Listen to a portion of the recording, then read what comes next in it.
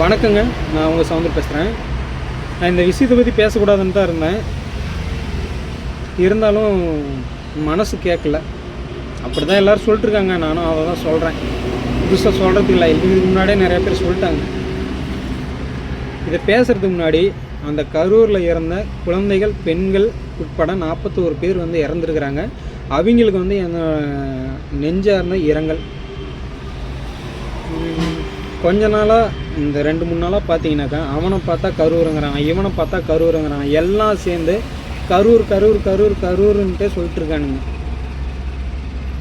அதாவதுங்க, இவங்க மேலே தப்பு அவங்க மேலே தப்புன்னெலாம் நான் சொல்ல இல்லைங்க. எல்லாத்து மேலேயுமே தப்பு இருக்குது. ஒவ்வொரு தப்பாக சொல்கிறேன், நீங்கள் பாருங்கள். ஃபஸ்ட்டு வந்து டிவிக்கே வந்து இந்த இடத்த வேலுசாமி புறத்தை கேட்கல.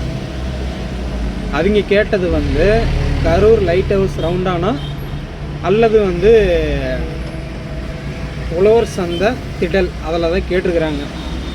அதை அவங்க கொடுத்துருக்கலாம், கவர்மெண்ட்டு அதை கொடுக்கல. அது ஒரு ஃபஸ்ட்டு தப்பு. ரெண்டாவது, டிவிக்கே வந்து அந்த இடத்த கேட்டாங்களா, லைட் ஹவுஸ் ரவுண்டானதை கேட்டாங்க. கரூர் உழவர் சந்தை அந்த திடலை கேட்டாங்க, தரல. நீங்கள் தரலன்னா விட்டுருக்கலாம், இல்லை அதை அந்த இடத்தையே எங்களுக்கு வேணும் அப்படின்னு கேட்டிருக்கலாம்.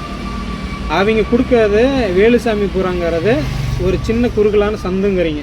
சரி, ஓகே, அதில் கொடுக்குறாங்க. உங்களுக்கு எப்படி பார்த்தாலும் கூட்டம் வரும்னு தெரியும். மற்ற எல்லா கட்சியை தவிர உங்களுக்கு வந்து கூட்டம் அதிகமாக வரும் அப்படின்னு உங்களுக்கு தெரியும். அந்த இடத்துல கொடுக்குறாங்கன்னும் போது நீங்கள் சந்தேகப்பட்டிருக்கணும். அது படலை. நீங்கள் வந்து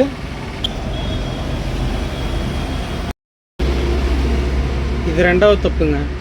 அடுத்தது பார்த்தீங்கன்னாக்கா மக்களான உங்கள் மேலே தான் மூணாவது தப்பு.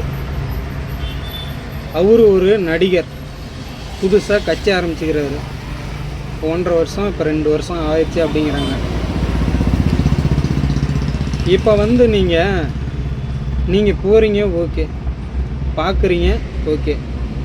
குழந்தைங்கள எதுக்குங்க கூப்பிட்டு போகணும்? அவங்க சொல்கிறாங்க, குழந்தைங்கள கூப்பிட்டு வராதிங்க, வயசானவங்க வர வேணாம், கர்ப்பிணி பெண்கள் வர வேணாங்கிறாங்க. நீங்கள் எதுக்குங்க போய் பார்க்குறீங்க? எங்கள் டிவிலையும் யூடியூப்லேயும் இன்ஸ்டாகிராம் எல்லாத்துலேயும் பார்த்துட்டு தான் இருக்கீங்க. நேரில் பார்த்தே ஆகணுமா? உங்களுக்கு அவரை நேரில் பார்க்கணும், பண்ணணும் இதுன்னா அவரை சிஎம் ஆக்குங்க, அவர் ஜெயிக்க வைங்க. இப்படி போய் நீங்கள் கூட்டத்தை காட்டினா தான் நீங்கள் ஓட்டு போடுவீங்கன்னு தெரியுமா? இந்த கூட்டத்தில் எவ்வளோ பேர் ஓட்டு போடுவீங்கன்னு எனக்கு தெரியாது. இந்த கூட்டத்தில் எவ்வளோ பேர் ஓட்டு போடுவீங்கன்னு எனக்கு தெரியாது. கூட்டத்தை வச்சு எதையுமே முடிவு பண்ண முடியாதுங்க. நீங்கள் கூட்டம் எவ்வளோ வேணாலும் கூட்டி காட்டலாம், இந்த மாதிரி உயிர் பலி தான் ஆகும். அதனால் நான் சொல்கிறது என்னென்னா, எந்த ஒரு கட்சி தலைவர் வந்தாலும் சரி, எந்த ஒரு நடிகர் வந்தாலும் சரி, நடிகை யார் வந்தாலும் சரி, இவ்வளோ கூட்டம் எதுக்குங்க? அவங்களும் உங்களை மாதிரி மனுஷங்க தான். சும்மா லைட்டாக மேக்கப்பு, ஹேர் ஸ்டைல் இதெல்லாம் பண்ணிட்டு வந்துட்டாக்க அவங்களும் உங்களும் டிஃப்ரெண்ட்டாக. மனுஷ உயிரோட எதுவும் முக்கியம் கிடையாதுங்க, யாரும் முக்கியம் கிடையாதுங்க. நீங்கள் எந்த கட்சிக்கு விருப்பப்படுறீங்களோ ஓட்டு போடுங்க, யாரை வேணாலும் ஜெயிக்க வைங்க. யார் ஜெயித்தாலும் என்ன பண்ணாலும் எது பண்ணாலும் நீங்கள் உழைச்சாதான் உங்களுக்கு இதுங்கிறத நீங்கள் புரிஞ்சுக்கிற வரைக்கும் தான் உங்களுக்கு இது. நீங்கள் எதாக இருந்தாலும் புரிஞ்சுக்குங்க.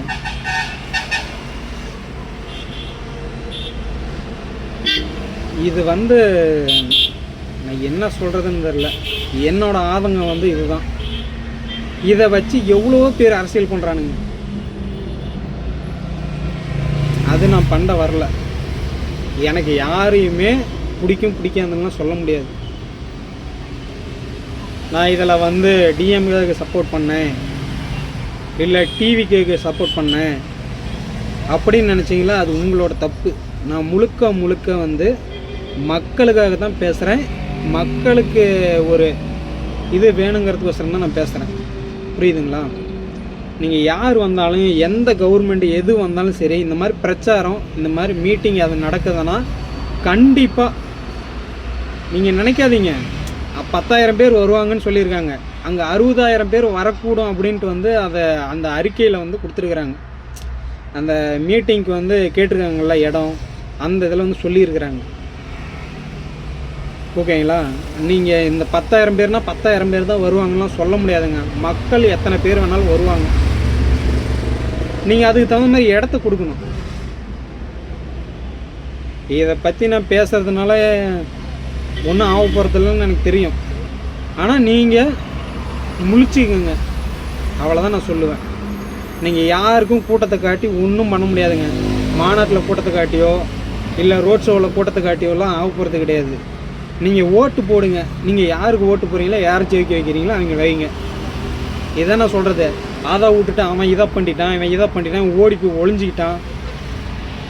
யாருமே தனக்காக இறந்தவங்களை விட்டுட்டு ஓடுறதுக்கெலாம் வழி இல்லைங்க. அவங்க போயிருக்கிறாங்கன்னா அதுக்கான சூழ்நிலை அதை தெரிஞ்சுக்கணும். அவங்க அரை மணி நேரமாக வெயிட் பண்ணிட்டு இருந்துருக்குறாங்க.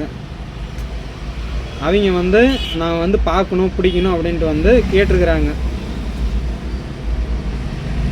அப்படி அவங்க அனுமதி கொடுத்து அவங்க வந்திருந்தா இதோட மறுபடியும் கூட்டம் வந்திருக்கும். இத்தனை பேர் இறந்துருக்காங்க, இதை பார்க்க விஜய் வந்திருக்காருன்னு கூட்டம் வந்திருக்கும். அதில் எதனாவது அசம்பாவிதம் நடந்திருந்தால் அதுக்கு யார் மறுபடியும் பொறுப்பெடுத்துக்கிறது? வரலன்னு நினைக்காதீங்க. வந்தால் என்ன நடக்குன்றதை யோசிங்க. இதுக்கு மேலே நான் அதிகமாக பேச விரும்பலை. இதுக்கு மேலே உங்கள் விருப்பம்தான். நீங்கள் யாருக்கு வேணாலும் ஓட்டு போடுங்க. நான் குறிப்பிட்டு இவங்களுக்கு ஓட்டு போடுங்க, இவங்களுக்கு ஓட்டு போடாதீங்கலாம் சொல்ல வரல. நீங்கள் யாருக்கு வேணாலும் ஓட்டு போடுங்க. ஆனால் இந்த மாதிரி கூட்டமாக போய் இது பண்ணாதீங்க. இப்போ 41 பேர் உயிரிழந்திருக்கிறாங்க. இதுக்கு யார் பொறுப்பெடுத்துக்கிறது?